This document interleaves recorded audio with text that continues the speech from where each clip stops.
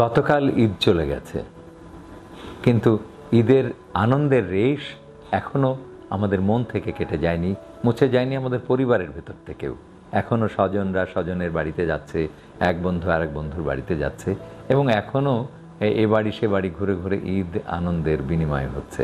সে মৌখিকভাবে ঈদ মোবারক বলা নিয়ে, আসসালাম বলা নিয়ে, এবং সেই সাথে ছোটরা কদমবুসি করে ঈদের সালামি নেওয়া নিয়ে এখনও চলছে, এবং সেই সাথে সাথে খাবার দাবার আয়োজনও আজকেও চলছে।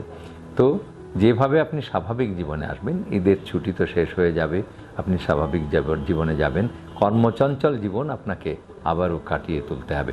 তো সেই সাথে সাথে আপনার প্রাত্যহিক জীবন আচরণ, খাওয়া দাওয়া থেকে শুরু করে ঘুম থেকে ওঠা, 1 মাস আপনি শেষ রাতে উঠেছেন, ঘুমটা ভেঙে গেছে, আবার সকালে একটু ঘুমিয়েছেন, আবার উঠেছেন, কিন্তু এখন আপনি নিরবিচ্ছিন্ন হয়তো 6 ঘন্টা ঘুমাবেন। 6 ঘন্টা ঘুমের পরে সকালে উঠে আবারও সেই আগের যে আমাদের অভ্যাস ছিল যে সকালে উঠিয়ে আমি মনে মনে বলি সারাদিন আমি যেন ভালো হয়ে চলি, সেরকম এখন আবার সেই ভালো হয়ে চলতে হবে।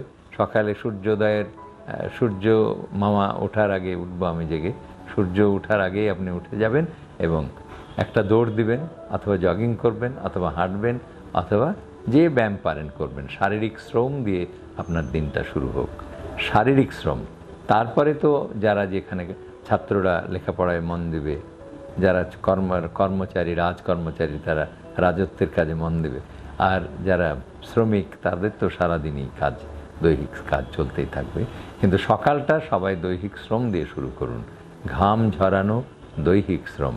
তবে যাদের কিডনির অসুখ আছে, বিশেষ করে স্টেজ 1, 2, 3 পর্যন্ত, তাদের ব্যায়াম করতে হবে। ব্যায়াম করলে কিডনির রক্ত চলাচল বৃদ্ধি পাবে এবং কিডনিটা ভালো হয়ে যাবে।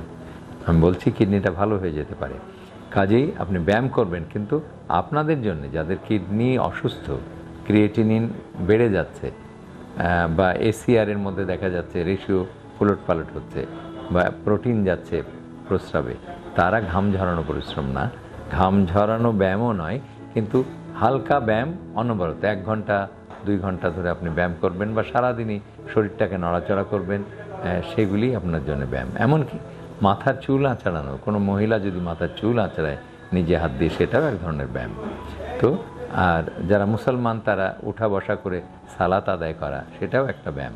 5 ওয়াক্ত নামাজ পড়াটাও একটা ভালো ব্যায়াম এবং চমৎকার একটা ব্যায়াম। তো সেই রকম প্রচুর ব্যায়াম আছে যেখানে আপনি চেয়ারে বসে, দাঁড়িয়ে, ঘরের মধ্যে শুয়ে অনেক রকমভাবে ব্যায়াম করতে পারেন, যাতে করে আপনার শারীরিক মাংসপেশির মুভমেন্টের ফলে কিডনির রক্ত চলাচল বৃদ্ধি পাবে এবং কিডনি ভালো হয়ে যেতে পারে। কাজেই যারা সুস্থ আছেন তাদের জন্য ঘাম ঝরানো ব্যায়াম, আর যারা একটু অসুস্থ তারা ঘাম না ঝরিয়েই ব্যায়াম করবেন।